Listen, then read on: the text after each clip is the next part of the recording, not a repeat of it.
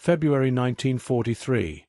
USS Iowa commissioned and enters the Pacific War. The truth about why Japan avoided the USS Iowa begins long before the battleship ever cut through the Pacific with its sleek, predatory silhouette, because the story of Iowa is not just the story of steel, firepower, or engineering brilliance. It is the story of fear, strategy, and the shifting psychology of a navy that suddenly realized it had met a hunter designed to dominate every environment it touched. And as the Pacific War escalated, as island chains burned, as fleets clashed under rolling clouds of smoke and tracer fire, the Iowa rose from American shipyards like something forged not merely to fight, but to intimidate, and its very specifications read like a warning to any admiral bold enough to approach. A battleship capable of reaching 33 knots, faster than many cruisers, yet armored thick enough to withstand pounding from enemy guns, and armed with 9 16-inch/50 caliber Mark 7 guns capable of launching 2,700-pound shells across distances so vast that targets could be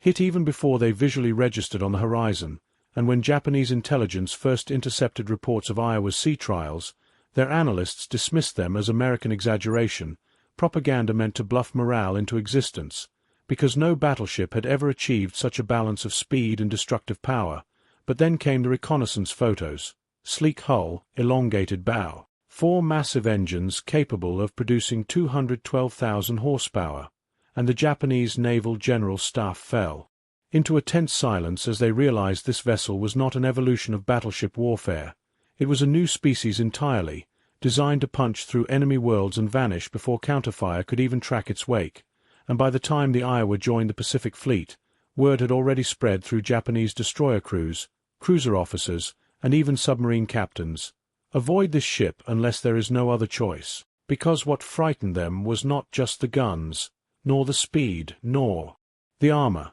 It was the knowledge that the United States had finally produced a battleship whose performance was so overwhelming that it erased the traditional tactical equations naval officers had relied on for decades. And the first time the Japanese High Command saw Iowa moving in combat formation, slicing through waves as it escorted carrier groups like some steel guardian with a predator's patience, they understood that any surface engagement against it would be suicide, because Japan's battleships, the Nagato, the Congo-class, the aging Fuso, could not match its speed, and those that matched speed could not match firepower, and those that matched firepower could not match armor, and the rare ones that came close in armor lacked the radar-directed precision that turned Iowa into an apex predator in any lighting, any weather, any hour. And as the Pacific became a labyrinth of island invasions, carrier strikes, nighttime skirmishes, and submarine ambushes, Japanese strategists realized that the Iowa's very presence altered entire operational plans,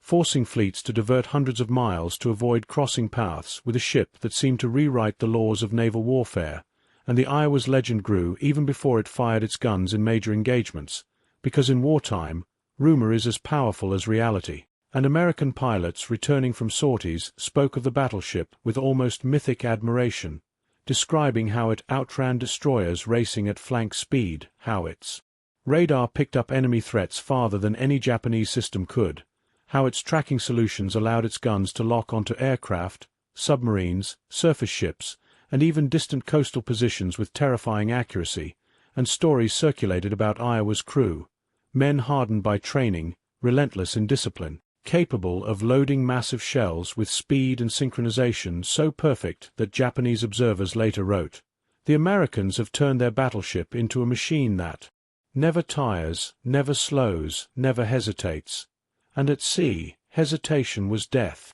And while Japan's naval command studied every intercepted detail, every reconnaissance image, every intelligence report about the Iowa, they knew that this ship was not meant for defensive formations or predictable engagements. It was designed to hunt, to close distance, to seize initiative, to dictate when and where battle would occur. And nothing frightened a navy more than an enemy vessel that could choose the terms of combat entirely on its own, because in the Pacific, distance was supposed to be Japan's greatest weapon, an ocean so vast that ambushes, dispersal tactics, and long-range scouting had allowed them to strike with precision at Pearl Harbor, at Malaya, at the Philippines, exploiting gaps in Allied coordination. but Iowa erased those gaps by being able to leap across hundreds of miles in a single night, arriving where enemy forces thought they were safe, cool, comfortable, hidden behind distance and time. And this was why the Japanese Admiralty quietly issued orders to submarine commanders, if detected near an Iowa-class battleship, break off attack and evade, because even underwater hunters felt vulnerable knowing that Iowa's sonar and radar systems could detect periscopes, snorkels, and torpedoes with higher accuracy than anything Japan possessed, and once detected, the destroyers screening the battleship would descend with depth charges so numerous and so relentless that submarines risked being crushed by imploding pressure hulls within minutes. And stories spread through Japanese subcrews, stories of sonar pings growing louder, of explosions erupting in pattern sequences that suggested the Americans were not guessing but reading every move of their prey, and these tales became so common that young submarine officers trembled at the thought of being assigned to patrol routes near the Iowa's operational sectors. What made the Iowa especially terrifying was the unpredictability of its deployment. Sometimes it escorted carriers, sometimes it acted independently, sometimes it appeared in regions the Japanese believed it could not possibly reach in time, and this unpredictability created a psychological shadow across the Pacific, forcing Japanese convoys to take longer routes, forcing destroyer flotillas to divert around islands, forcing carrier strike groups to travel farther south or north than was strategically ideal, all because one American battleship could punch through their lines like a wolf scattering herds of frightened prey, and Japan, straining under resource shortages, fuel limitations, and fraying logistics, could not afford these diversions, yet they made them anyway, because no commander wanted to risk his fleet's destruction against a vessel whose very silhouette had become synonymous with doom. To understand just how deeply the fear ran, one must enter the war diaries of Japanese lieutenants and captains who, after the conflict, admitted that even hearing the name Iowa in intercepted American radio chatter made them revise their attack plans, because the ship had developed a reputation for arriving at the worst possible moment, nullifying even the most carefully planned operations. And this reputation only grew when Iowa became President Franklin D. Roosevelt's escort to Tehran in 1943, a mission so sensitive and so dangerous that only the fastest, most formidable battleship in the U.S. Navy could be trusted with the task, and when Japan learned that Iowa had been chosen to carry the president across submarine-infested waters.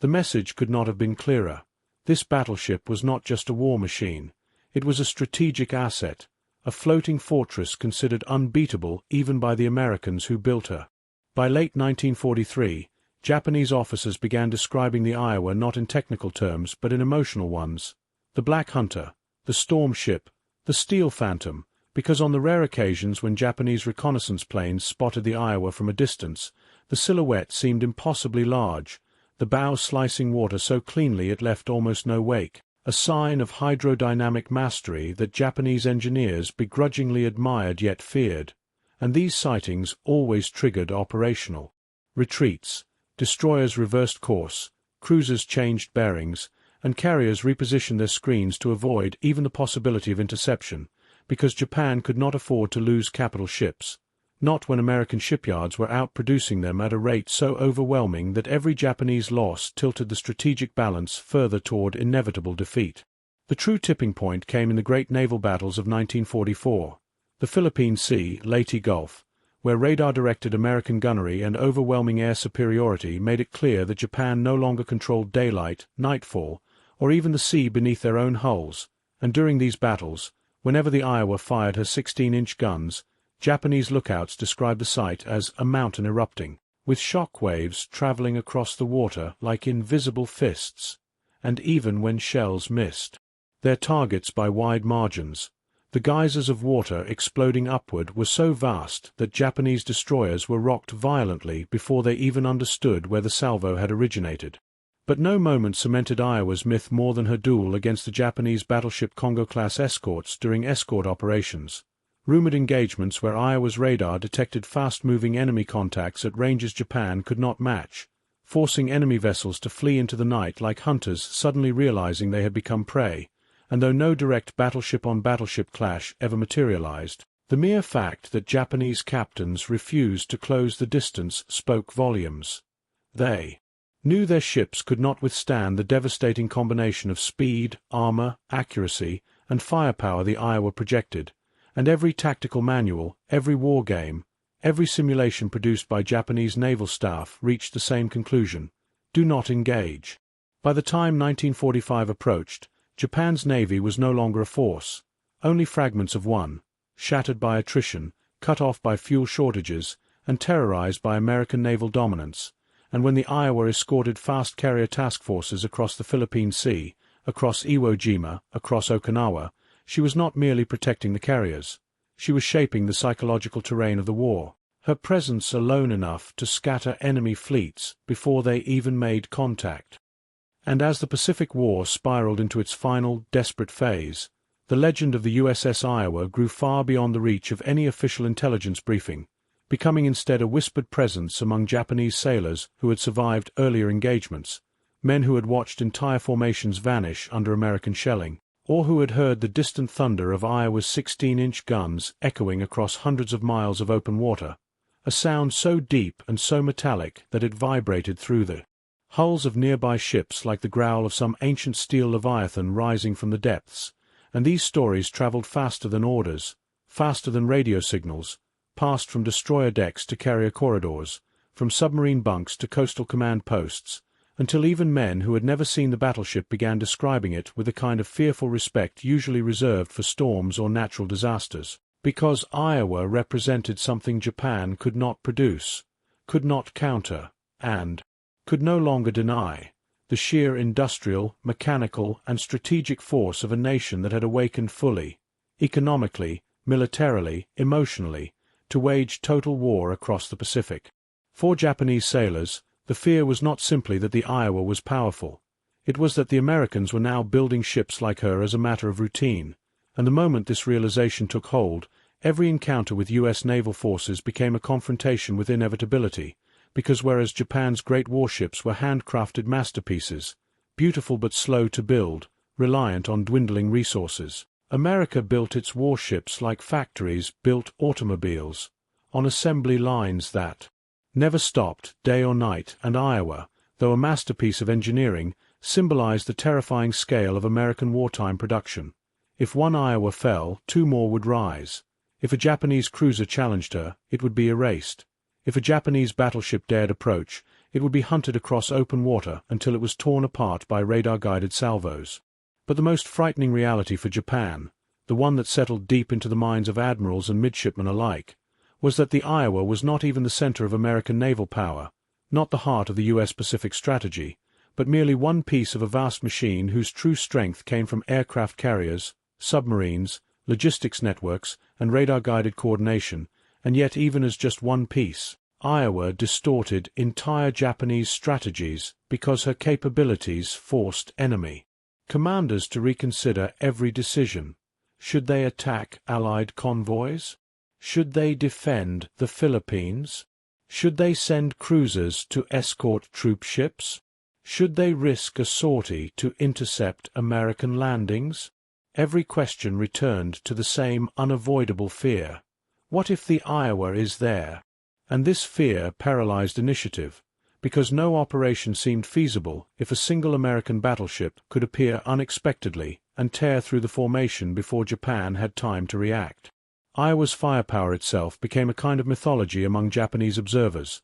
especially after they analyzed the impact craters left by her shells on coastal defenses, where concrete bunkers had been blown open like cracked eggs, gun emplacements twisted into molten ruins, and entire ridgelines reshaped by the concussive force of the bombardment. And engineers measuring these craters reported in stunned disbelief that the 2,700-pound armor-piercing shells had traveled miles inland while maintaining enough kinetic force to obliterate fortifications designed to withstand the heaviest land-based artillery, and these reports circulated quietly within the Japanese high command, leading to a chilling conclusion. No bunker Japan built could reliably protect its defenders from an Iowa-led bombardment. But what troubled Japanese strategists even more deeply was how seamlessly the Iowa integrated with the new American doctrine of fast carrier task forces, a doctrine Japan had pioneered early in the war, but which America had perfected through better radar, behind the lines. Japanese officers debated whether Iowa's existence symbolized a deliberate American psychological campaign, because every time Japan attempted to regroup, reorganize, or launch a counteroffensive, the Americans seemed to answer not with a swarm of smaller ships, but with a battleship whose capabilities redefined what was possible in naval warfare, and these officers, fatigued, outmatched, and increasingly desperate, wrote in their memoirs that the Iowa embodied the industrial power Japan feared from the very beginning, a nation with the ability to mass-produce not just weapons, but superiority itself. As 1945 progressed and the situation grew even more catastrophic for Japan, the Iowa continued to carve its legend across the Pacific, escorting fast carrier forces one day, bombarding coastal fortifications the next, hunting enemy vessels the day after, never pausing, never faltering, because its crew maintained a tempo of operations that reflected both American endurance and the strategic necessity of pushing toward Japan's heartland with unrelenting force, and this relentless rhythm demoralized Japanese command structures, which could barely coordinate their remaining assets, let alone fend off such a multifaceted threat. Then came the final campaigns, attacks on the Japanese mainland, bombardments of coastal industrial centers, and preparations for a potential invasion of Japan itself, and Iowa stood at the forefront of these operations, its guns ready to unleash destruction upon cities, ports, and fortresses if the order for Operation Downfall came, and Japanese military planners, studying the battleship's firepower and the devastation it inflicted on distant islands, understood that if Iowa ever targeted their homeland, the destruction would surpass even their darkest expectations. In secret war rooms, Japanese officers ran simulations showing how long their coastal batteries could withstand bombardment from Iowa and other U.S. battleships, and the results were devastating. Minutes, sometimes even seconds, before key defenses collapsed under the weight of American naval artillery, and these exercises reinforced a terrifying truth: Japan could no longer defend its shores, and should the Americans choose to invade, battleships like the Iowa would carve landing zones into the mainland with horrifying efficiency. And yet, what haunted Japanese strategists even more than the Iowa's raw firepower was the realization that this battleship was only one piece of an American naval structure that now dwarfed Japan's capabilities so completely that even bold or reckless attacks could no longer alter the strategic balance, and so Japan's last-ditch efforts to defend its empire became increasingly symbolic, driven more by desperation than by hope, because every weapon Japan possessed, torpedoes, coastal guns, kamikazes, submarines, had already proven insufficient against the Iowa and the fleets it protected. Thus, by the summer of 1945, when Japan faced the combined pressure of naval bombardments, strategic bombing, economic strangulation, and the looming threat of invasion, the fear of the Iowa was less about the ship itself and more about what it represented: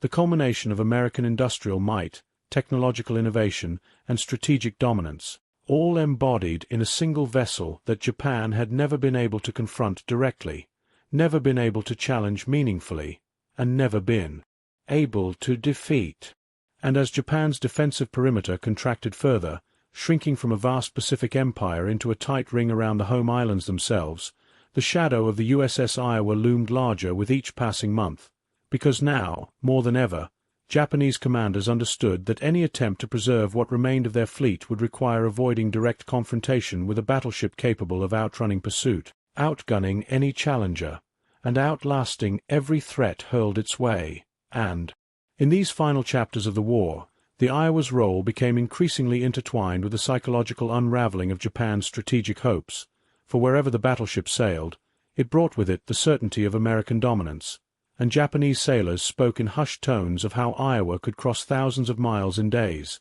appearing off contested coasts or near critical supply lanes with an ease that made geography irrelevant, turning the vast Pacific, once Japan's protective moat, into a mere stage upon which American power performed without restraint. When the Americans unleashed Operation Hailstone against the Japanese stronghold of Truk Lagoon in February 1944, a strike comparable in devastation to Pearl Harbor but inflicted upon the Japanese themselves, the Iowa was among the battle-ready ships that symbolized the United States' new momentum, and while aircraft from the fast carriers delivered the primary destruction, It was the Iowa's presence that prevented any bold Japanese counterstroke, because even if the Imperial Navy had attempted to sortie from nearby bastions, they knew that Iowa could intercept them with a swiftness and precision that turned escape or counterattack into fantasies, not options, and as Japanese warships burned in the lagoon, destroyed by the very air power Japan had once used to dominate the Pacific,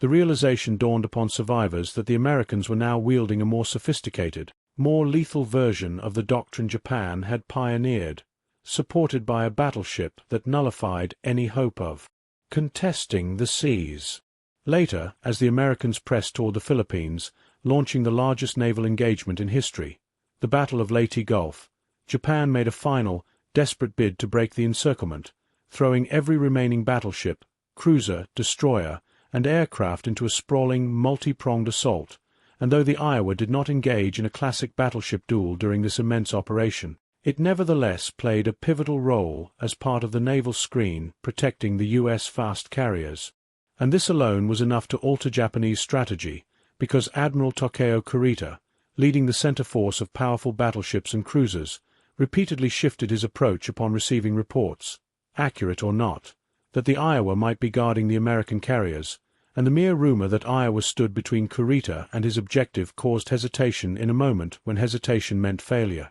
Even after Kurita's force stumbled upon the tiny escort carriers and destroyers of Taffy III, leading to one of the most heroic American stands of the war, the fact remained that the Japanese center force had been forced into disarray long before reaching that point, partly because their navigational and operational plans had been disrupted by the mere possibility of crossing paths with the Iowa or the fast carriers it protected,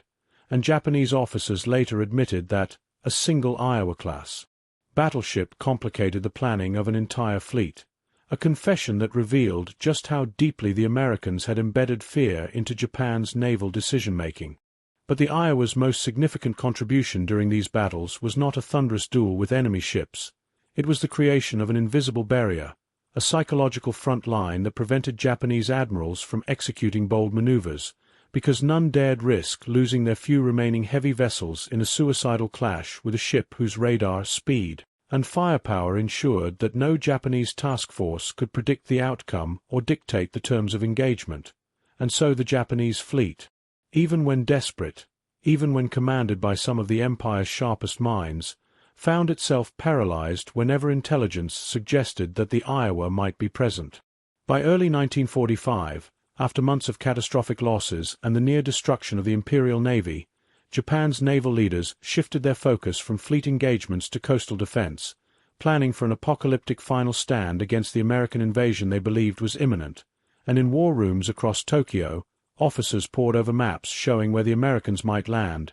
Kyushu, Shikoku, Honshu, and each scenario factored in the devastating bombardments that would precede any landing. Bombardments that would likely be led by battleships like the Iowa, whose guns had proven capable of demolishing hardened bunkers, tunnels, artillery nests, and fortified command centers with terrifying speed. These officers, some of whom had survived the earlier American assaults on island strongholds, knew that Iowa's shells did not simply crater landscapes. They transformed them, ripping apart defensive lines that had been reinforced for months, and they understood that if the invasion came, the battleship's bombardments would annihilate Japan's coastal defenses long before American troops touched the beaches, making the planned, decisive battle on the home islands little more than a massive sacrifice, and this grim forecast deepened the dread associated with the Iowa's name. Meanwhile, in the smaller surviving pockets of the Japanese fleet, destroyers operating with minimal resources, cruisers running on fumes, submarines navigating oceans without reliable reconnaissance, the Iowa's reputation became a specter haunting patrols, because encounters with American naval forces were increasingly one-sided massacres, and surviving Japanese officers often attributed such defeats to Iowa's influence, whether or not the battleship had been present, because for Japan's demoralized sailors, Iowa had become shorthand for American invincibility. As the Americans advanced closer to Japan, the Iowa participated in bombardments of the Japanese mainland, hammering industrial centers and military infrastructure with precision that Japan's surviving coastal batteries could not hope to match, and the shock waves from these bombardments rattled cities already devastated by airstrikes, further erasing the lines between battlefield and homeland, between military target and civilian fear, and Japanese survivors wrote in their diaries that the American battleships were like dragons breathing fire upon our shores, their shells roaring overhead with the sound of distant thunder before erupting in the heart of the industrial districts that kept the Japanese war machine moving. And when the atomic bombs fell on Hiroshima and Nagasaki, ushering in the final, tragic chapter of the war, it was battleships like the Iowa that had helped make such outcomes inevitable, not through nuclear means but through the relentless pressure they exerted upon Japan's infrastructure, its fleets, its defenses, and its morale, choking off the empire's ability to sustain war until surrender became its only remaining option. In the days following Japan's capitulation, as American naval forces sailed into Tokyo Bay for the signing of the surrender aboard the USS Missouri, the Iowa remained nearby, silent, powerful, and undefeated, and for the Japanese officers who saw its silhouette against the horizon, there was a somber recognition that this ship, more than many others, had shaped the trajectory of the war, not through a single decisive battle, but through its relentless presence,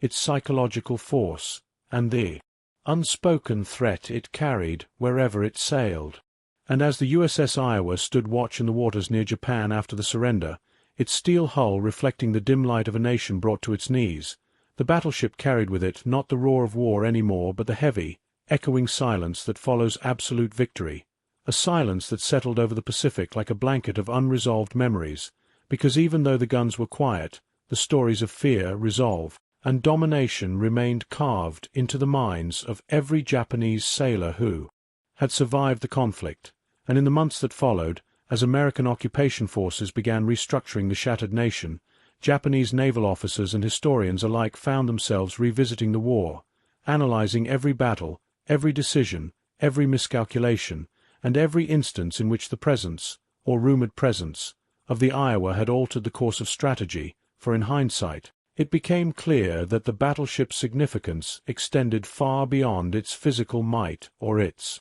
wartime actions. It represented the moment Japan realized that the war had turned irreversibly against them, that industrial might and technological evolution had outpaced even their most brilliant tactical innovations. Some Japanese officers wrote in post-war reflections that the Iowa symbolized a new age of warfare, one in which battleships were no longer mere floating fortresses but integrated nodes in a vast network of radar, aviation, logistics, and command systems, a kind of war machine Japan, with its limited resources and shrinking industrial base, could never have replicated. And as these officers studied the Iowa's blueprints after the war, they were astonished by the meticulous engineering, the redundancy of systems, the raw power harnessed within its 4 massive engine rooms, and the advanced fire control technologies that gave the American battleship the ability to deliver accurate salvos across distances that rendered Japanese gunnery obsolete, and this realization deepened the humiliation they felt, for the Iowa was not merely superior. It was proof that their empire had fought a war it was never industrially equipped to win. In conversations documented years later, former Japanese admirals admitted that they had underestimated the United States, not its courage or its willpower, but its ability to mobilize, innovate, and evolve under pressure, and Iowa, with its unmatched capabilities, became the embodiment of that American transformation, because where Japan had relied on highly trained elite units and precise craftsmanship, the United States had turned its entire society into a military engine, harnessing factories, universities, laboratories, and shipyards to build warships that were not just weapons but manifestations of a national awakening, and Iowa, sleek and unstoppable, represented that awakening better than any other vessel afloat. As Japan rebuilt under American guidance, the stories of Iowa circulated quietly among naval scholars and young officers studying the war they never fought, and many fixated on a painful but undeniable truth, that no Japanese battleship could have matched the Iowa in a fair fight, not Yamato, not Musashi. Fighters, better logistics, and far more training time for pilots, and Iowa became the cornerstone of these floating fortresses, guarding the carriers with a mixture of speed and firepower that rendered Japanese night attacks, torpedo runs, and surface assaults nearly impossible, because no Japanese destroyer could penetrate the screen without being detected, tracked, and annihilated long before it reached firing range. and no cruiser could close the distance without exposing itself to Iowa's long-range radar solutions, which were calibrated so precisely that even evasive maneuvers could not prevent targeted salvos from landing within lethal proximity. As the Japanese Navy deteriorated, as their carriers lost experienced pilots, as their destroyers ran low on fuel, as their submarines struggled to find supply lines to attack, the Iowa remained ever present, a constant reminder of what Japan could no longer challenge. And when the Americans closed in on the Marianas, then the Philippines, then Okinawa, Iowa was there, firing in support of amphibious assaults, raining shells on entrenched positions, dismantling coastal guns, pulverizing troop concentrations, and breaking the will of defenders who already knew their situation was hopeless, but who found their hopelessness deepen when those massive shells came screaming in with the force of falling planets. When American troops on the beaches heard Iowa's guns fire, they described the sensation as the air itself being punched apart, the sky cracking open under the concussion, while Japanese defenders described it as if the earth were being torn from beneath their feet, and in war diaries later recovered, many wrote of how every salvo shook morale more than flesh, more than bone, because the bombardment was not just a weapon, it was a message. The Americans are here. They are unstoppable. And this is only the beginning. And as Japanese supply lines collapsed, as industrial centers burned under relentless bombing, as oil stocks dwindled to single-digit reserves, the terror of encountering Iowa grew not weaker but stronger, because now Japanese captains understood that any engagement with the Americans would likely be their last, and no captain wanted that final battle to be against the Iowa, a ship so feared that some Japanese sailors later admitted they would rather face a carrier strike, rather face a wolf pack of American submarines, rather face a night torpedo ambush, than face the raw, unrelenting firepower of a battleship that seemed invulnerable to everything Japan could bring to bear. By mid-1945, as the Japanese fleet lay in ruins and the empire collapsed inward, the Iowa sailed through the Pacific not as a ship seeking victory, but as a symbol of victory already achieved, its crew maintaining relentless discipline, its engines pushing it across seas where the enemy no longer dared to show itself, and Japanese sailors, hiding in coves, clinging to battered destroyers, or stranded on isolated outposts, looked out at the vast horizon and whispered of the battleship they once feared to confront, now knowing the truth they had avoided since the early days of the war. The Iowa had not just outgunned Japan, it had outpaced them, outthought them, out-engineered them, outrun them, and outlasted them, and in doing so, it had become more than a ship. It had become the embodiment of why Japan's empire was destined to fall. And even as the war edged closer to Japan's home waters, as the American advance accelerated with terrifying momentum, the USS Iowa's presence became a kind of psychological warfare that required no propaganda, because its silhouette alone, long, sharp, impossibly fast for its size, transmitted a message to every Japanese lookout sense scanning the horizon. The age of battleship supremacy Japan once dreamed of had ended, and the Americans now possessed a vessel that rendered even Japan's proudest naval achievements obsolete, and nowhere was this more evident than in 1944 and 1945, when Iowa supported the island-hopping campaign with bombardments so devastating that Japanese defenders described the experience as facing a metal storm, with the 16-inch shells descending not merely as projectiles but as judgments of inevitability, each impact signaling a new phase in Japan's slow collapse. During the bombardment of Okinawa, a critical moment in the Pacific War, Iowa operated as part of Task Force 58, a naval juggernaut whose operations reflected a level of coordination the Japanese could no longer match, and as American carriers launched wave after wave of fighter and bomber sorties, the Iowa patrolled just beyond the carrier decks, its guns angled toward shore, ready to answer calls for fire missions that came from Marines fighting entrenched defenders in the hills and corridors of shattered fortifications, and those Marines later wrote that Iowa's shells saved lives by smashing caves, tunnels, and bunkers that had resisted everything else thrown at them, and Japanese defenders noted how violently the earth shook when the shells struck, rupturing defensive lines they had spent months carving into the island's volcanic rock. But the fear Iowa inspired extended far beyond the front lines, because Japanese radio operators monitoring American fleet movements often detected coded transmissions from the battleship, and though they could not decipher the content, they could identify the signal source, and hearing that familiar signature sent waves of dread through command posts preparing for potential naval assaults, because any Japanese task force sent to intercept the Americans risked annihilation if Iowa was present. And even if they managed to avoid surface combat, the battleship's radar capabilities meant that aircraft attempting kamikaze strikes or reconnaissance flights risked being shot down long before reaching their targets. Before we continue, please let me know, did anyone in your family fight in or live through World War II? Share their stories in the comments. Let's continue the story. And while Japan's remaining battleships, Yamato, Musashi, before its sinking, and a few battered survivors, were still potent on paper,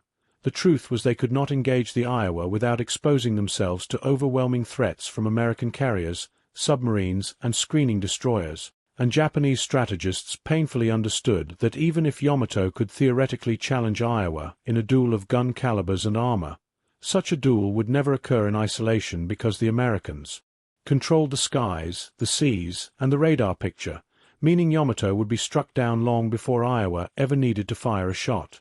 Thus, Japan's last great battleship was doomed not by inferiority of design but by strategic irrelevance. And so, instead of risking precious capital ships, Japan increasingly relied on kamikaze tactics, sending pilots to hurl themselves into U.S. carriers and destroyers with the hope of slowing the American advance. But even here, Iowa proved a nearly invincible target, because its anti-aircraft armament, vast arrays of 40mm Bofors, 20mm Oerlikons, and 5-inch dual-purpose guns, created a sky around the ship that glowed with a wall of tracer fire, a shimmering lattice of steel that tore through any aircraft attempting a suicide dive, and pilot after pilot reported failing to penetrate Iowa's defensive fire, many describing it as flying into a curtain of light, and this reputation further discouraged kamikaze missions against the battleship.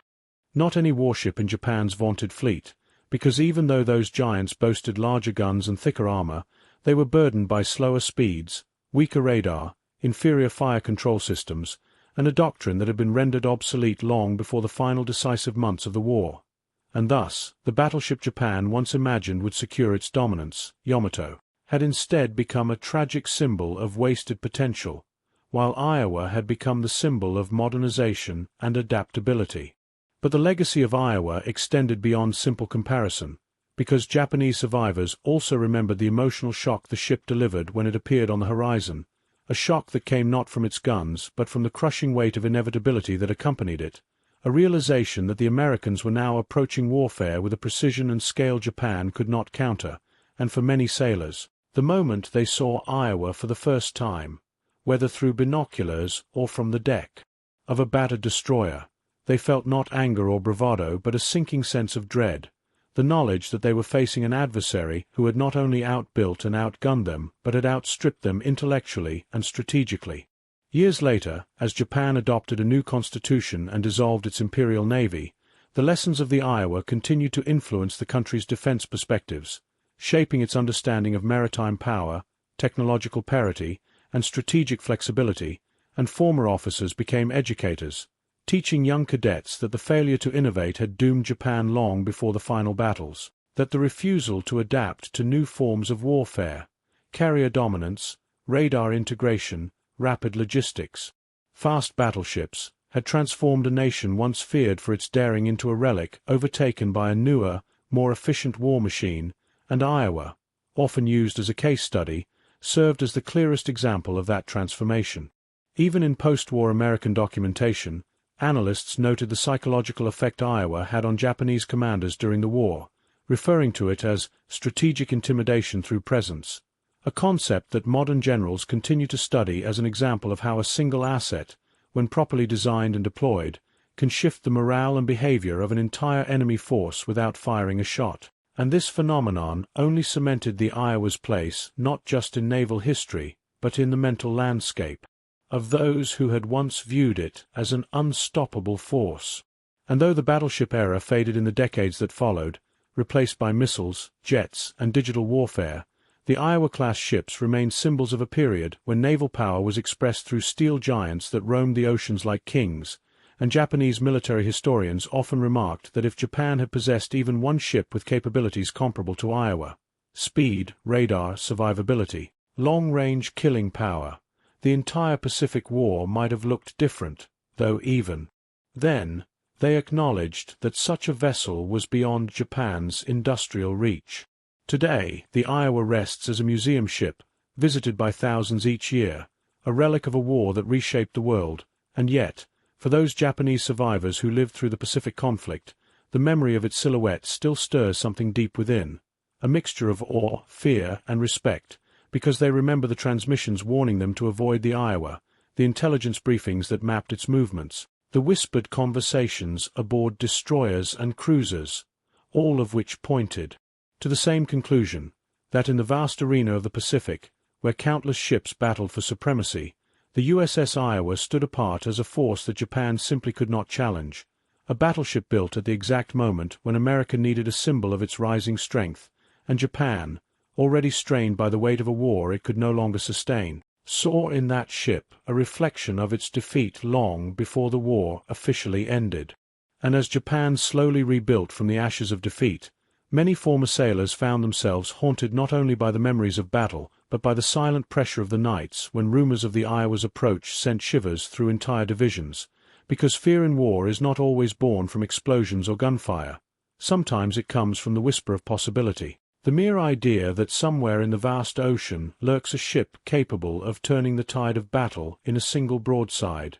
And Japanese sailors remembered those silent nights more vividly than the ones filled with chaos, nights when moonlight glimmered across empty waves, and yet every lookout strained his eyes as if expecting the dark silhouette of the American giant to materialize at any moment, and the tension from those hours seeped into their bones, lingering long after the war ended, influencing how they spoke of the Pacific, how they described the uncertainty that hung over every mission during the final years of the conflict. What made the Iowa's influence so profound was that Japan knew the battleship symbolized something deeper than enemy steel. She represented what Japan could not replicate: the merging of industrial power, limitless fuel reserves, refined engineering, and a doctrine built not on tradition but on adaptation, and that understanding bruised the pride of the Imperial Navy, which had long considered itself the pinnacle of maritime excellence in the Pacific.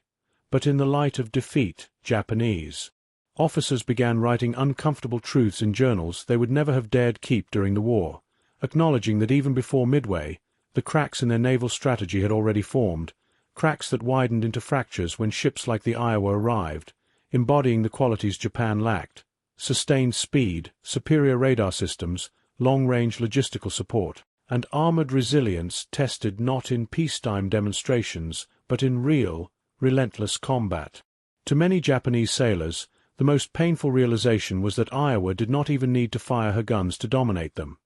Her presence alone forced Japanese ships to maneuver defensively, to abandon favorable positions, to retreat from operations where they might have achieved minor tactical gains, and this constant repositioning drained fuel reserves, exhausted crews, and eroded morale. Because it is one thing to lose a battle, it is another to lose initiative before the battle even begins, and Japan lost that initiative the moment ships like Iowa took their place in the Pacific hierarchy, reshaping not just naval engagements but the psychology of an entire enemy fleet. Former signal operators recalled hearing coded messages that referred to Iowa as though she were a living presence, a creature of steel and darkness whose movements had to be tracked even when no one was fully certain where she sailed, and these messages always carried a gravity that made junior officers stiffen in their seats, because even the possibility of encountering Iowa required immediate changes in course or formation, and warships that had once sailed confidently began hugging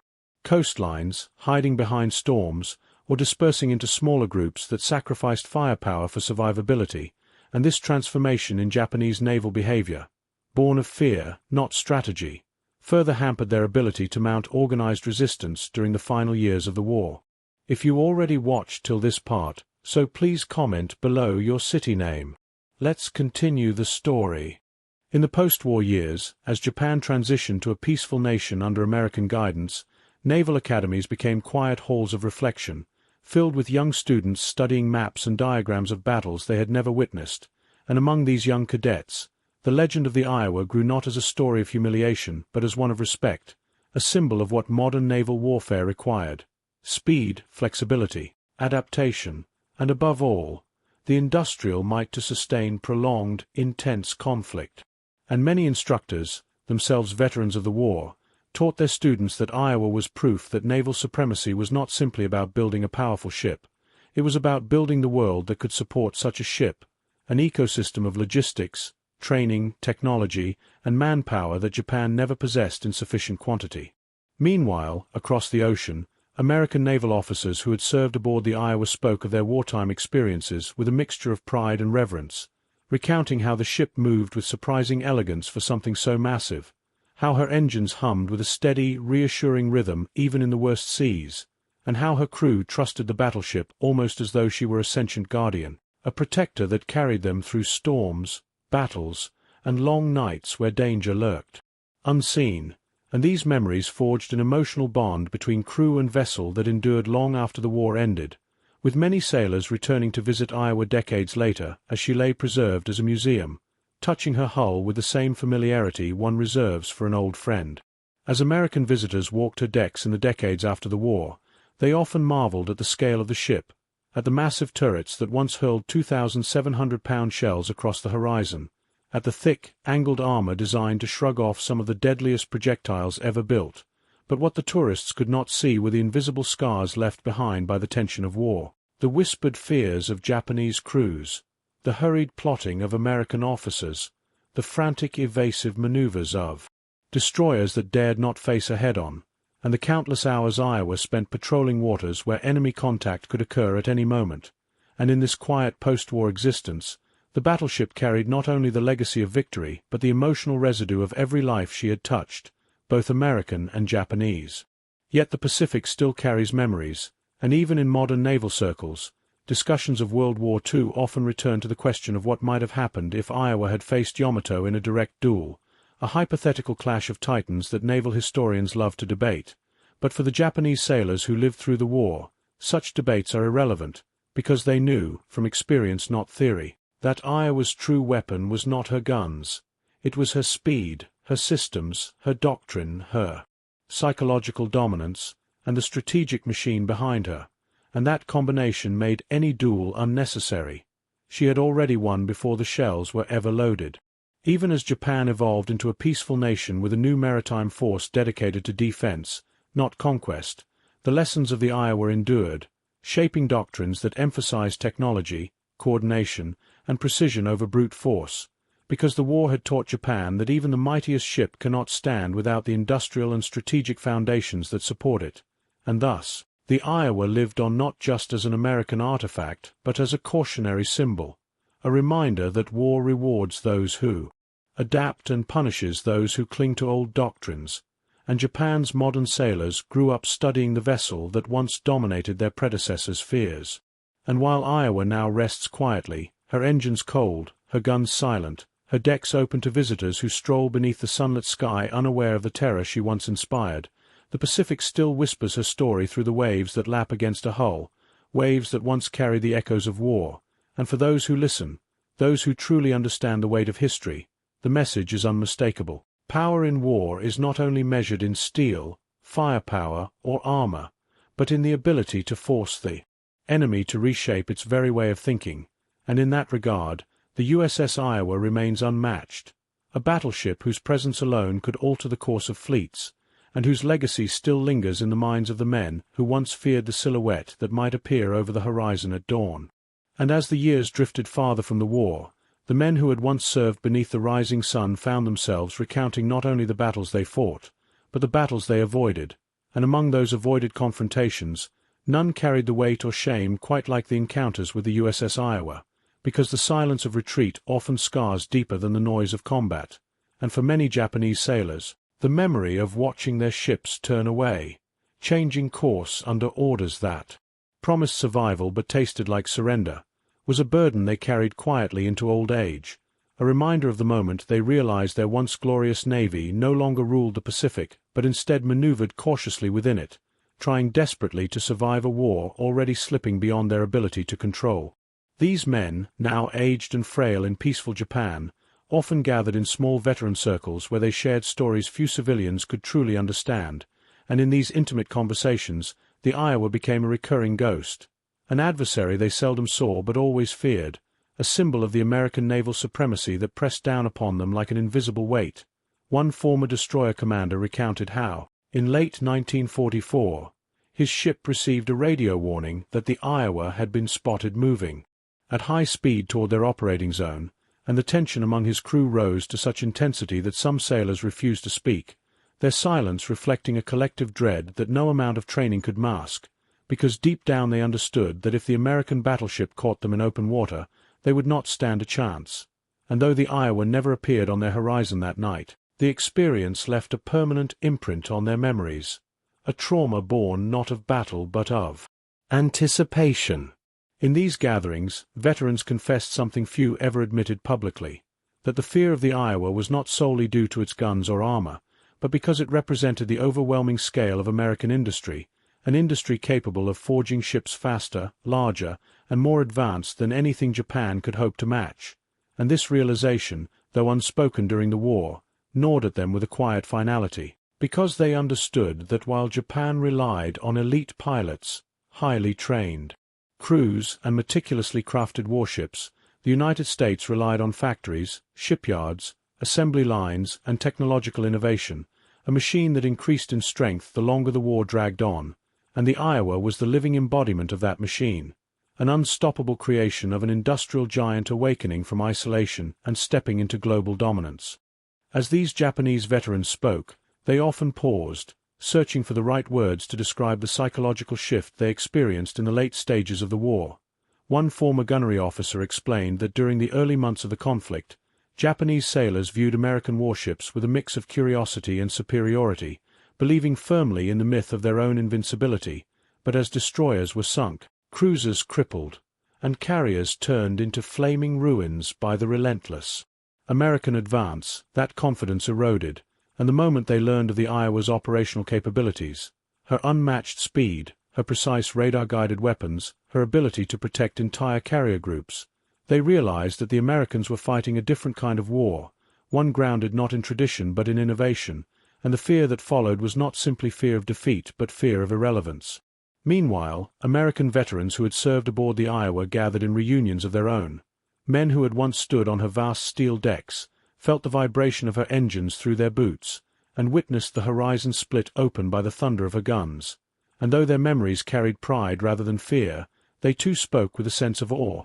remembering how the battleship surged across the sea with a confidence that bordered on defiance, how the world around them seemed smaller when viewed from the height of her fire control towers, and how the ship herself felt alive, a great metallic beast that demanded respect from anyone who stepped aboard. And as they aged, these sailors recalled not only the battles Iowa fought but the presence she projected, the reassurance she provided to carrier crews, pilots, and destroyer captains who knew that if the Iowa sailed beside them, they were protected by one of the most formidable war machines ever built. But the legacy of the Iowa did not belong solely to those who served during the war. It extended into the Cold War era as well, when the battleship was modernized and reactivated to face new threats across new oceans, and this longevity only deepened Japan's post-war recognition that the Americans had mastered a philosophy of shipbuilding unlike anything the world had seen, a philosophy that fused power with adaptability, allowing a vessel designed in the early 1940s to remain strategically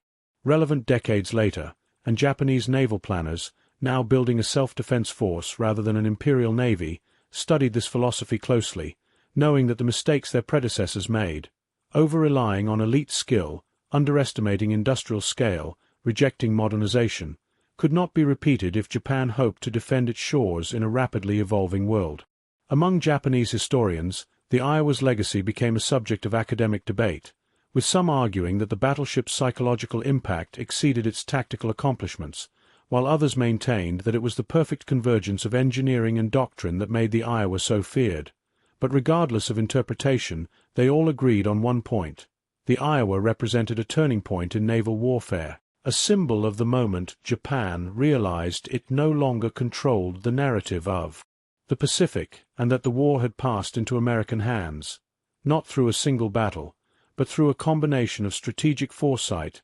industrial power, and technological mastery that Japan could neither halt nor match. And as Japan's post-war generations grew up free from the burden of war, Their naval academies taught the Iowa's story not as a tale of fear but as a lesson in strategy, a reminder that nations must evolve, must innovate, must prepare for the future rather than cling to the past, for in war, stagnation is defeat, and the Iowa was proof of what happens when one side continues to evolve while the other remains anchored in tradition. Thus, the battleship that once haunted Japanese sailors in the night now served as a guidepost for Japan's new maritime doctrine, shaping the philosophies of officers who sought peace, not conquest, yet understood that peace depended on the lessons history carved into the steel hulls of ships like the Iowa. In the end, the USS Iowa became more than a warship. It became a shadow that stretched across generations, a monument to the turning tide of a world war, and for Japan, a permanent reminder that some ships do not just sail through oceans. They sail through history, leaving wakes that shape nations long after the guns fall silent. Yet even as the Iowa settled into her role as a Cold War sentinel, her legacy still rippled through Japan's collective conscience, for the fear she instilled during the war had evolved into a cautious respect, an acknowledgement that in the vast Pacific power was not merely measured in guns or armor, but in the ability of a nation to adapt, innovate, and endure, and Japanese naval officers, now studying under a new flag and a new constitution, would stand at chalkboards and projector screens, analyzing how a single battleship had forced an entire navy to reconsider its strategies, its expectations, and its illusions of dominance, because the Iowa represented not only American might but the consequences of underestimating an enemy's industrial and technological potential, a lesson Japan would never again allow itself to forget. Meanwhile, across the ocean, the Iowa sailed on with a presence that seemed almost supernatural. Everywhere she went, she carried an aura of calm intimidation, as though the steel remembered the war even if the world tried to move beyond it, and sailors who stepped aboard her decks in the 1950s and 60s often spoke of sensing the ghosts of those earlier crewmen, the ones who had watched the Pacific burn and felt the ship's guns roar with a fury unmatched by anything they would ever witness again. And though these Cold War sailors did not fight the same battles, they carried the same responsibility, living within a legend whose shadow stretched far beyond the simple boundaries of naval duty. Diplomats in Tokyo, too, felt her influence, for whenever an Iowa-class battleship visited Japanese waters during goodwill tours, a strange quiet fell over the city she passed, an unspoken recognition that this floating giant was once the embodiment of everything Japan feared, and now it was a symbol of the alliance that protected them. Old veterans came to see her, some with trembling hands, some blinking away memories they had tried to bury, and as they gazed upon the thick armor plates and the towering gun turrets, many whispered to younger generations how fortunate Japan was that such a force now stood beside them rather than against them. In these moments, the Iowa became more than a relic. She became a vessel of reconciliation, a reminder of the brutality of war and the fragility of peace, and the Japanese reporters who documented these visits often noted how the crowds reacted differently to her compared to other American ships. Destroyers and cruisers drew interest, carriers drew curiosity, but the Iowa drew reverence tinged with fear, as though gazing upon a sleeping volcano whose eruption had once reshaped the world. Yet while these symbolic moments played out on land, the Iowa continued to serve quietly at sea, her crew maintaining her with devotion, aware that they were caretakers of a legend, and during naval exercises, when she unleashed a demonstration volley of her 16-inch guns, the shock waves rippling across the sea reminded everyone, American allies, Cold War observers, and even the Japanese self-defense forces, that this ship, though aging, still possessed the raw power to tilt the balance of any conflict within minutes. This demonstration of enduring might impress Japanese naval strategists, who now viewed the Iowa through the lens of lessons learned rather than wounds suffered, understanding that power like this was not merely mechanical. It was cultural, industrial, and strategic, the product of a nation that had embraced modernization with a determination Japan itself had failed to match before the war, and as they took notes, refining their new defensive doctrines, they understood that the Iowa symbolized the future as much as the past, adapt or perish, innovate or be swept aside. Meanwhile, American historians deepened their research into the Pacific War, uncovering previously classified documents that revealed just how deeply Japan feared the Iowa during the conflict. Reports of intercepted communications showing entire Japanese squadrons altering course to avoid her,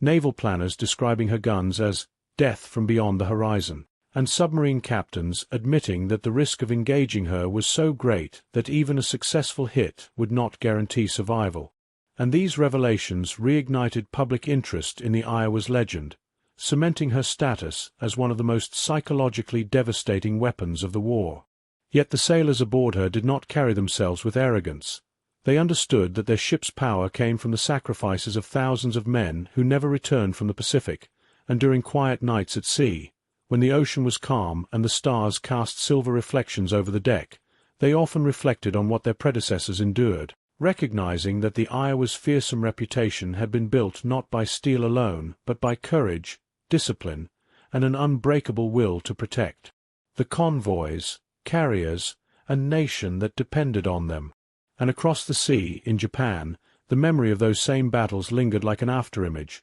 painful yet instructive, shaping how the nation rebuilt, how it redefined military power, and how it embraced a defensive stance grounded not in conquest but in survival, in humility, and in an understanding that the Pacific was an ocean where titans clashed, and only nations willing to evolve could withstand the storms of history. Thus, the Iowa's long shadow continued to stretch across time, influencing decisions, doctrines, and diplomacy long after her guns fell silent. And so Part 9 becomes the bridge between the war she once fought and the peacetime role she later embraced, a reminder that some ships do not simply serve in their era, they define it. And in the twilight of her service, as the USS Iowa entered the final decades of her extraordinary life, the battleship had become something more than a machine of war. She was now a floating chronicle of the 20th century, carrying within her steel the memories of shifting empires, collapsing ambitions, and the long, uneven path from conflict toward reconciliation.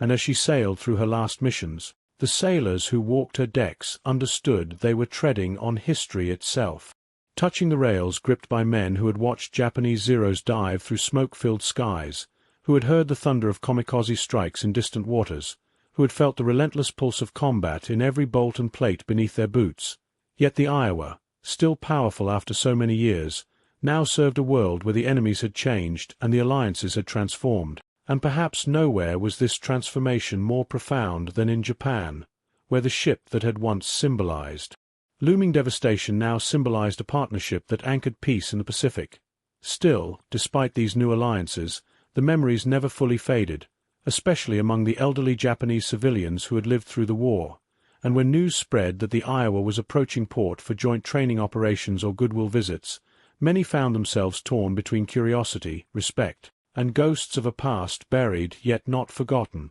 because while their children and grandchildren viewed the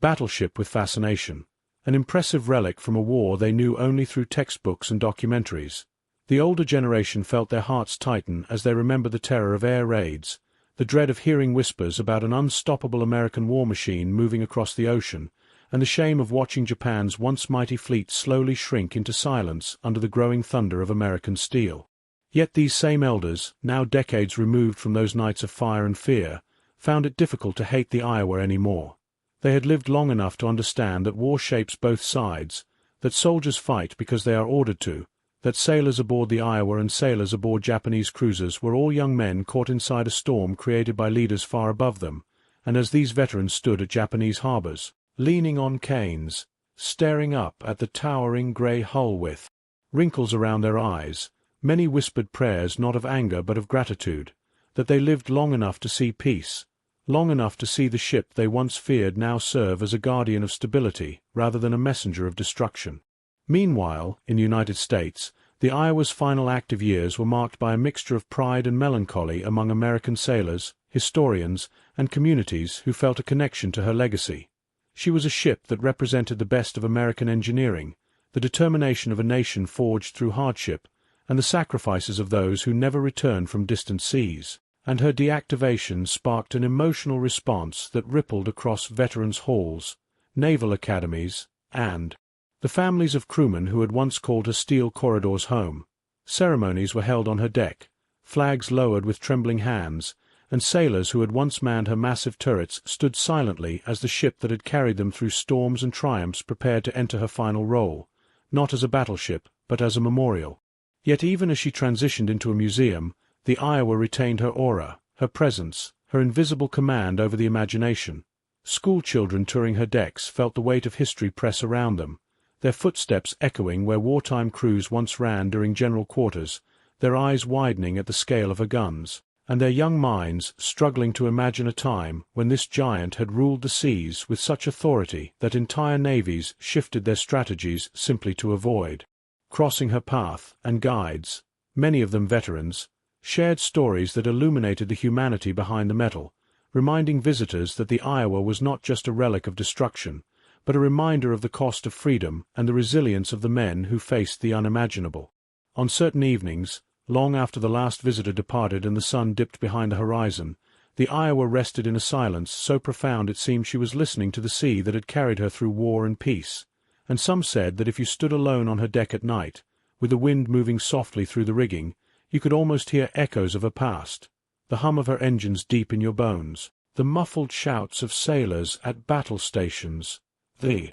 booming memory of her guns rolling across the water like distant thunder. And though these were only ghosts of sound, they reminded anyone who heard them that the Iowa was alive with history, a living artifact with stories etched into every weld. And across the Pacific, in Japan, her story took on a different meaning, one not of defeat, but of transformation. Historians taught students how the Pacific War reshaped the trajectory of nations. Veterans shared experiences to ensure younger generations understood the horrors of conflict, and naval strategists studied the Iowa not as an enemy to fear but as an example of what adaptability, innovation, and industrial power could achieve. Lessons that helped guide Japan's evolution into a nation committed to peace but prepared to defend itself with wisdom rather than arrogance. In this way, the USS Iowa became an unlikely bridge between former enemies, a vessel that once embodied fear but now embodied understanding, a reminder that the course of history is shaped not only by the roar of battles but by the reconciliation that follows them, the willingness of nations to learn from the past rather than repeat it. And as the Iowa rests today beneath sunlit skies and gentle waves, open to visitors who walk her decks with reverence, curiosity, and respect, her legacy continues to grow, reaching new generations who see in her steel hull both the terrible cost of war and the enduring possibility of peace. And so, in the end, the USS Iowa stands not only as a relic of naval supremacy, not only as a symbol of industrial might, but as a timeless witness to the rise and fall of empires, the resilience of nations, and the profound truth that some ships do not merely serve in war, they shape the world far beyond the battles they fight. If you found this story compelling, please take a moment to like this video. It helps us share more forgotten stories from the Second World War. Subscribe to stay connected with these untold histories. Each one matters. Each one deserves to be remembered, and we would love to hear from you. Leave a comment below telling us where you are watching from. Our community spans from Texas to Tasmania, from veterans to history enthusiasts. You are part of something special here. Thank you for watching, and thank you for keeping these stories alive.